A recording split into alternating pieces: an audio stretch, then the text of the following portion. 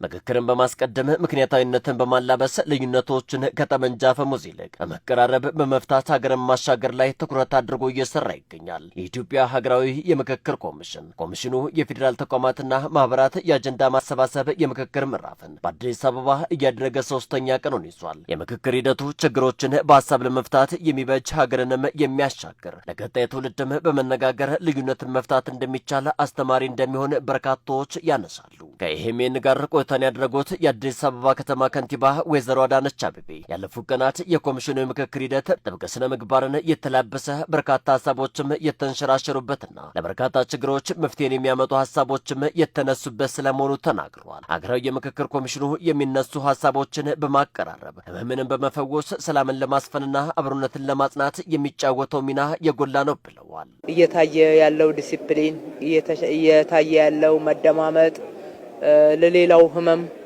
ሌላው ትኩረት መስጠት እና ጆሮ መስጠት እጅግ በጣም ደስ የሚያሰኝ ይሄ ባህላችን ሊሆን የሚገባው በእርግጥም ይሄ የምክክር መድረክ መፍትሄ ሊያመጣ ይችላል። በርካታ የኢትዮጵያ ህመሞች ሊታከሙበት ይችላሉ። በርካታ ጽንፍ የረገጡ የማይቀራረቡ የሚመስሉ አስተሳሰቦች በመነጋገር ሊቀራረቡ ወደ መሃል መምጣት እንደሚችሉ ለኢትዮጵያችን የሚበጃት ነገር ለሁላችንም የሚበጀው ነው የሚለው በትክክል የተንሸራሸረበት ነው። ሀሳብን ያስቀደመ በምክንያት ላይ የተመረኮዘ ንግግር ችግርን የሚቀርፍ ነው ያሉት የአዲስ አበባ ከተማ ከንቲባ ወይዘሮ አዳነች አቤቤ በመነጋገር ወደ አንድነት መምጣት ልዩነቶችንም ማጥበብና መፍታት ክብር ሊሰጠው የሚገባ ጉዳይ ስለመሆኑ አጽንኦት ሰጥተዋል። የእስካሁኑ የምክክር ሂደት ጤናማና ጠቃሚ ሀሳቦች የተንሸራሸሩበት መሆኑን አንስተዋል። እንደ መነጋገር መልካም ነገር የለም። ምንም አይነት ሀሳብ ሊሆን ይችላል። ሀሳብን ቁጭ ብሎ መነጋገር መደማመጥ ምን ማለት ፈልጎ ነው ብሎ ነገርን ከስሩ ሙሉ ሀሳቡን መረዳት እጅግ በጣም ጠቃሚ ነው። ቁጭ ብለን ስንነጋገር የዛን ያክል በጣም የተራራቀና የማያቀራርብ ጉዳይ ሆኖ አይደለም የሚታየው። እንደ አንድ ሀገር ዜጎች ለአንድ ዓላማ ለአንድ ህዝብ እንደሚሰራና ተመሳሳይ አጀንዳና ፍላጎት እንዳለው ማህበረሰብ በጋራ እንዳንቆም የሚያራርቁንን ነገሮች ሀሳቦች ጉዳዮች በመቀራረብ መነጋገር ዋናው ትልቁ ነገር ክብር ሊሰጠው የሚገባው እሱ ነው።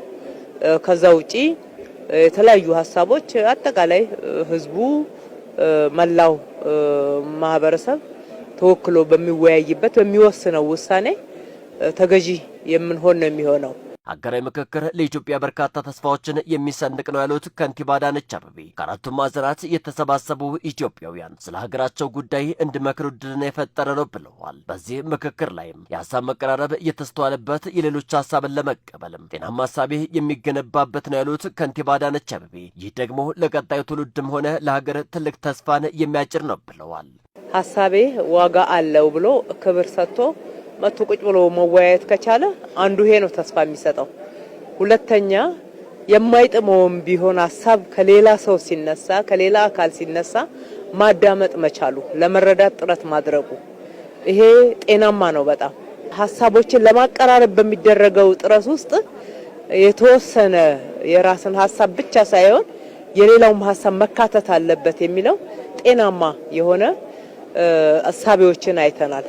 ስለዚህ ይሄ ትልቅ ተስፋ ነው ለሚቀጥለውም ትውልድ ይሄ ትልቅ መሰረትን የሚገነባ ለሀገራችን ተስፋ የሚሰጥ ፊታችን ጊዜ ከፊታችን ነው ያለው መጪውን ጊዜ ብሩህ ነው ብለን እንድናምን የሚያደርግ መደላድል ነው እየፈጠረ ያለው።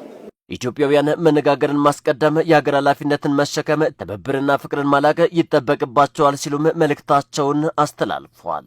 ኢትዮጵያውያን ሁሉ ወደ መነጋገር መድረክ ወደ መመካከር መድረክ ወደ መደማመጥ መድረክ ወደ መከባበር አንዱ የሌላውን ህመም ወደ ማከም በሌላው ህመም ሌላችን ኃላፊነት እንዲሰማን የማድረግ ሂደት ነውና ለሀገራችን ይሄ ትልቅ ሽግግር ምዕራፍ ነውና በጋራ እንምከር፣ መፍትሄ እናምጣ፣ እንስማማ፣ ሀገራችንን እንገንባ፣ እንበርታ ማለት እወዳለሁ።